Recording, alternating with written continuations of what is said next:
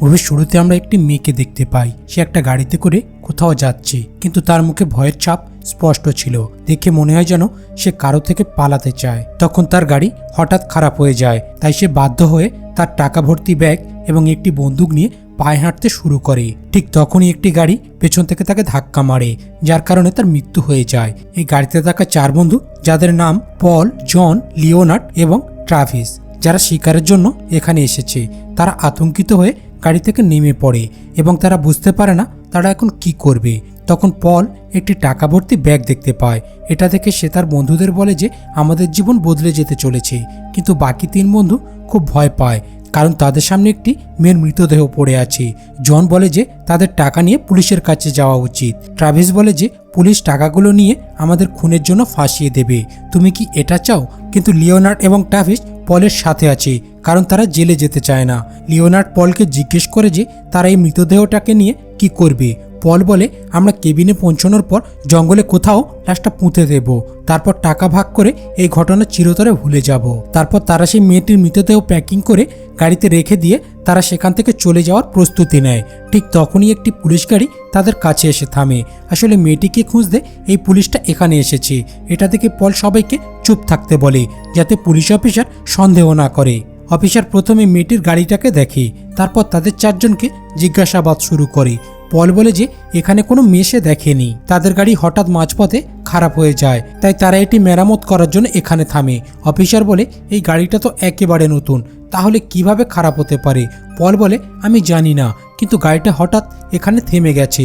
Officer বলে ঠিক আছে, আমি একবার দেখে নিতে চাই। কিন্তু পল খুব ভয় পায়, কারণ অফিসার হয়তো সেই মৃতদেহ দেখে নিতে পারে।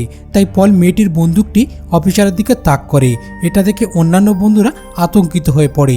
তারা 3 জন এবং অফিসার তাকে বন্দুকটা নামিয়ে রাখতে বলে, কিন্তু পল পুলিশকে গুলি করে হত্যা করে। এটা দেখে পলের অন্যান্য বন্ধুরা বিশ্বাস করতে পারছিল না, কিন্তু পল বলে অফিসার যদি মেয়েটির লাশ দেখে নিত তাহলে আমরা 4 জনে জেলে থাকতাম। তাই আমি যা করেছি তা আমাদের নিজেদের ভালোর জন্যই করেছি। লিওনার্ড বলে যে পল ঠিক কথা বলেছে, যা ঘটেছে তা ভেবে লাভ নেই, কারণ আমরা কিছু পরিবর্তন করতে পারবো না। তাই এখন আমাদের সামনের দিকে চিন্তা করতে হবে। পল বলে যে আমরা অফিসারের মৃতদেহ এখানে রেখে যাব, যাতে পুলিশ মনে করে যে ওই মেয়েটি তাকে হত্যা করে পালিয়ে গেছে। এরপর তারা তাদের গাড়ি নিয়ে কেবিনের দিকে রওনা হয়। কেবিনে পৌঁছলে আমরা এখানে দেখতে পাই যে জায়গাটা সম্পূর্ণ নির্জন এবং ঘন জঙ্গলে ঘেরা। কিছুক্ষণ আগে যা ঘটেছে জন তাতে খুবই বিরক্ত ছিল, তাই সে কারোর সাথে বেশি কথা বলে না।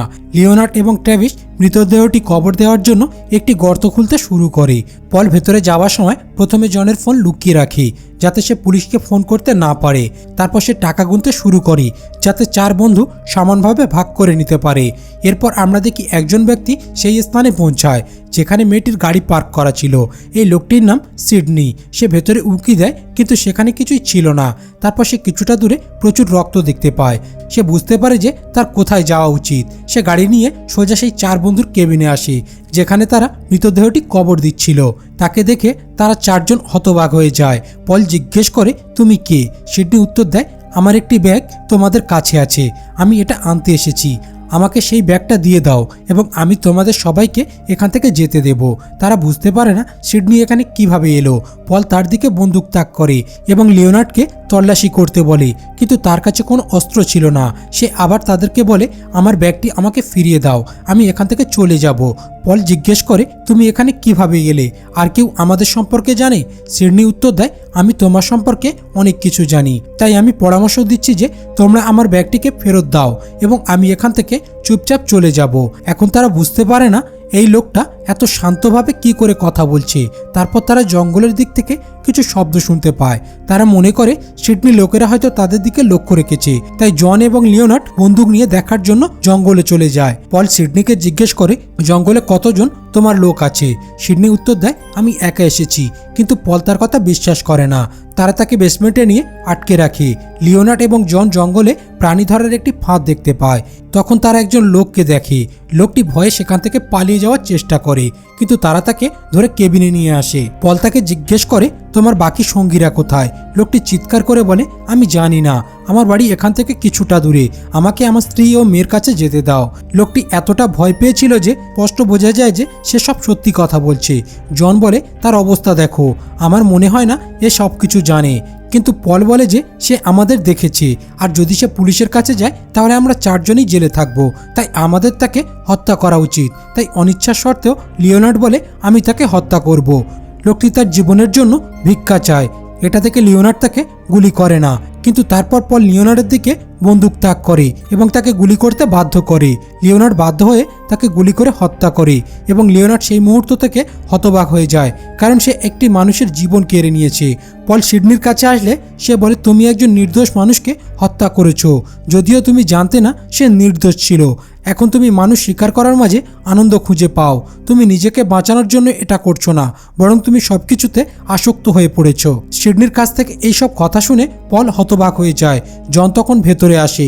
তখন সিডনি তাদের 3 জনকে বলে আমি তোমাদের সবাইকে শেষবারের মতো বলছি, আমার ব্যাগটি ফেরত দাও, আমি চলে যাব। তখন ট্র্যাভিস সবাইকে বলে যদি আমরা তাকে একটা টাকার অংশ দিই তাহলে কি আমাদের খুব অসুবিধা হবে। পল অস্বীকার করে। সিডনি বলে আমি কোনো অংশ চাই না, আমি আমার টাকার পুরো ব্যাগটা চাই, নয়তো আমার কিছুই লাগবে না। এই কথা শুনে পল তার মাথায় বন্দুক তাক করে। সিডনি শান্ত থাকে এবং বলে তুমি আমাকে হত্যা করতে পারবে না। তারপর সিডনি বলে তুমি তোমার বন্ধুদের ক্যালিফোর্নিয়া সম্পর্কে বলো।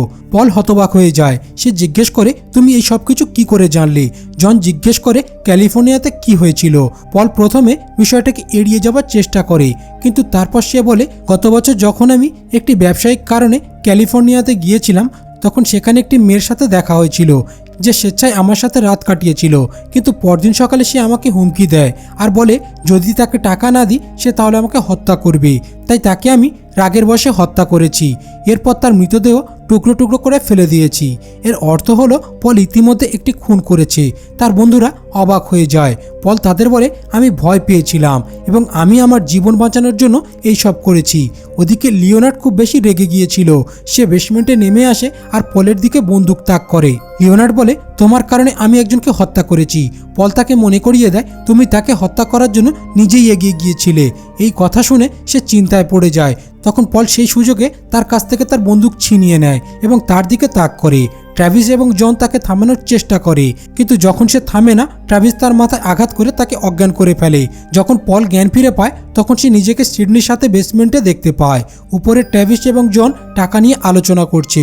জন বলে এই বিষয়টা সমাধান না হওয়া পর্যন্ত টাকাগুলো জঙ্গলে কোথাও লুকিয়ে রাখবো, কারণ এই ব্যাগটি আমাদের জীবনে আসার পর থেকে আমরা আমাদের মানবতা হারিয়ে ফেলেছি। বেসমেন্টে সিডনি পলকে উত্তেজিত করে আর বলে তোমার বন্ধুরা সব টাকা নিয়ে নিচ্ছে, মনে হচ্ছে সে তোমাকে তাদের পরিকল্পনা থেকে বাদ দিয়েছে।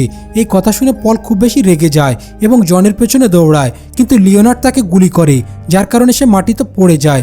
এখন তারা মনে করে পল হয়তো মারা গেছে, তাই লিওনার্ড বেসমেন্টে ফিরে আসে এবং কাঁদতে শুরু করে। তারপর সিডনি তাকে বলে এখন কান্নার কোনো মানে নেই, তুমি ওই লোকটিকে মারতে চাওনি, তবুও তুমি তাকে মেরে ফেলেছো এবং এখন তুমি তোমার বন্ধুকে গুলি করে মেরে ফেলেছো।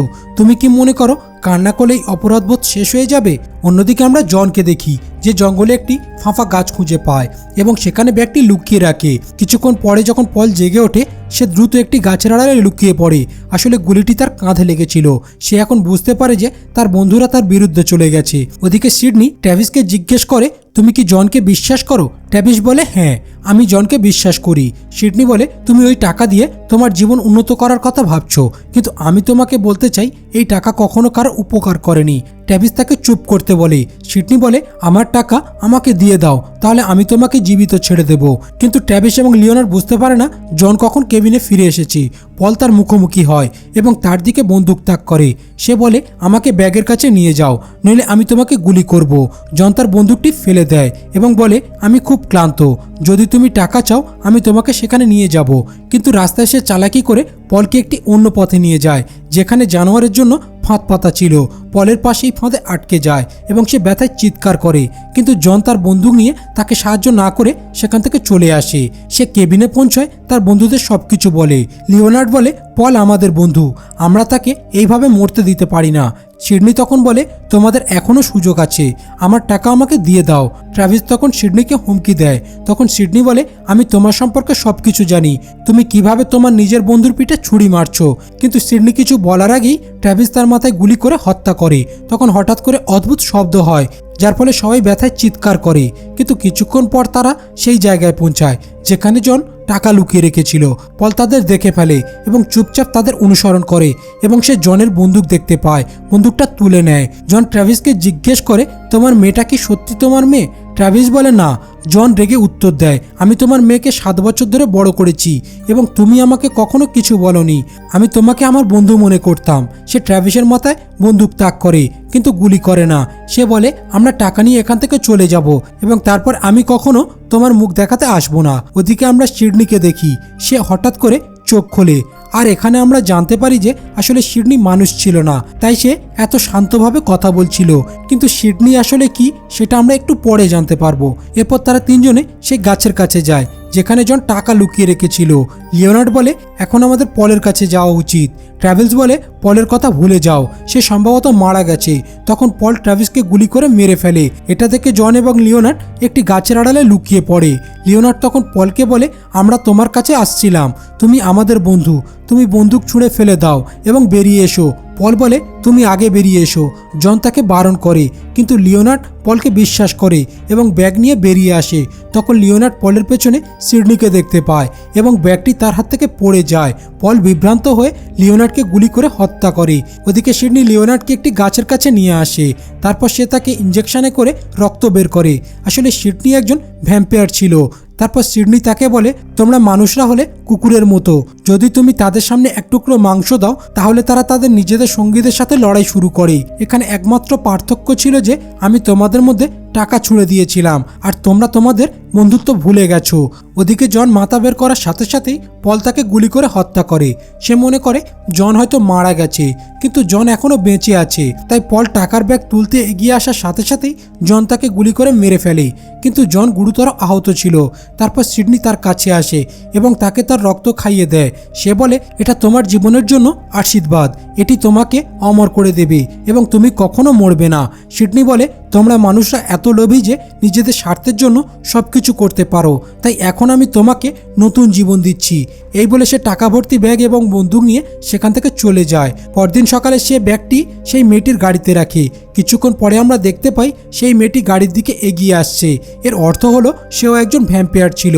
মেয়েটি ব্যাগটি নিয়ে তার নাটক শুরু করে এবং আমরা রাস্তায় আরো দুজন লোককে দেখতে পাই যারা টাকা ভর্তি ব্যাগ দেখে অবাক হয়ে যায়। আর এই লোকেরা এখন সিডনির পরবর্তী শিকার হতে চলেছে। গল্পের শেষে আমরা জনকে দেখতে পাই যে এখনো জীবিত ছিল, কারণ সেও একজন ভ্যাম্পায়ার হয়ে গিয়েছিল। আর মুভিটা এখানেই শেষ হয়ে যায়। তো বন্ধুরা, গল্পটা কেমন লাগলো কমেন্ট করে বলুন, আর ভালো লাগলে লাইক করে আমাদের চ্যানেলটাকে সাবস্ক্রাইব করে আমাদের পাশে থাকুন।